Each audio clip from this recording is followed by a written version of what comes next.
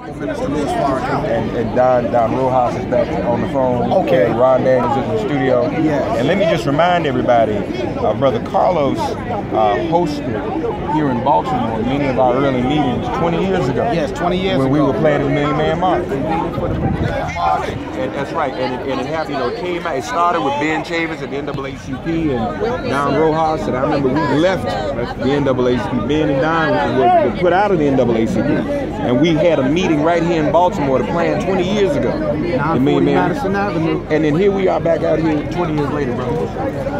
Well, the Honorable Minister Louis Farrakhan has caused us to see and understand that there's an intensifying universal cry for justice.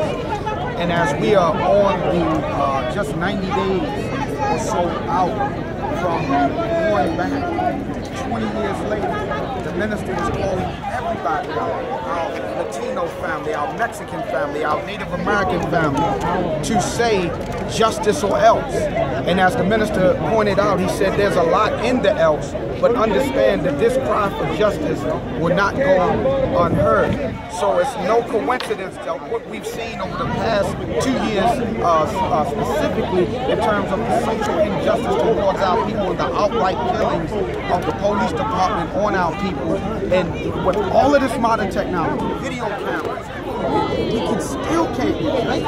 So the Honorable Louis Farrakhan is a wise leader. He's telling us that this is not days of pain. This is years and years of injustice and pain built up. And unfortunately, this is what our people result to. And so we're out here on the front line, dedicated to protecting our people, being with our people, to make sure that they're not harmed as they are venting rightfully through this injustice, because this is a disaster what happened to Freddie Gray in the back of a police van, and this must stop. Now, you all have literally, from the television production, intervened and shut down some of the activity that was going on yesterday, people trying to loot and carry on. Yes, absolutely, and I want to take this time to publicly say that the propaganda that you've been hearing about our brothers and sisters in the street organizations is an outright lie.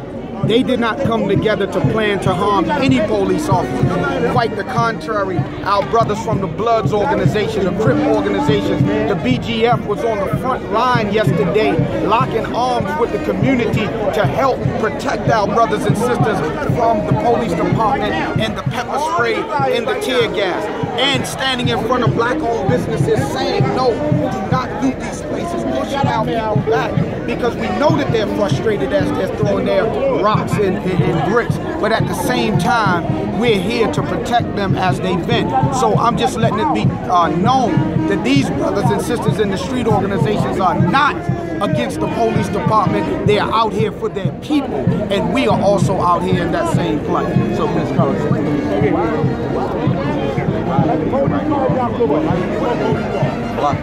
well, as you know, this was the epicenter yesterday, right here at the cross-section of Pennsylvania Avenue and North Avenue. And so last night, as you saw some of the fires and some of the situations that was taking place, this is where they pretty much have tried to lock down. So nobody I'm trying to, what are they protecting something that is valuable? Well, as you know, we're literally on the outskirts of the community, the Sandtown, Winchester community, historical community, as well as Gilmore Homes projects, where our brother Freddie Gray was apprehended and this whole melee began to take place. So I believe that this is probably in a containment to make sure that this is maintained because of where our brother actually lived and came from, you know. But I will say this as well. Our family from Gilmore Homes have gotten together for peace. We were with the family of Freddie Gray last night. His mother, his stepfather, all of his sisters, and they were saying Freddie would not have wanted this violence and uprising, and that they were calling for peace because this is our city and we cannot continue to damage the place where we live, but we do understand the social injustice and the frustration that is built up and causes this in our people and throughout the country.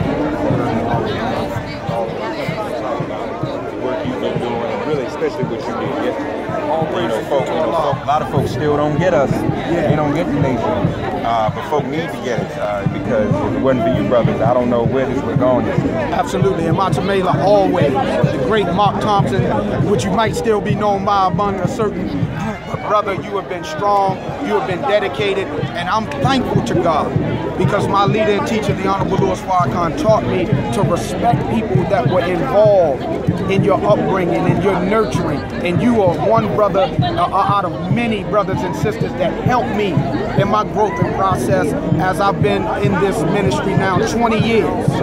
You know, 20 years, and we thank God for you, brother, and stay on the front line. Love you, man. Love you too, man. Carlos Muhammad, the ministry representative here, folks. Absolutely. It feels like old times. Yes, and it goes on. 20th anniversary of the Million Man March, Washington, D.C., October 10th. Justice or else. Love you, brother. Love you too. Touch me. So Ron and Don, you all heard. I know you. Oh, okay. Ron, let me throw it back to you for a minute. I think Brother Mitchell's with in the studio. Thank you, Carlos. All right, brother. Thank you.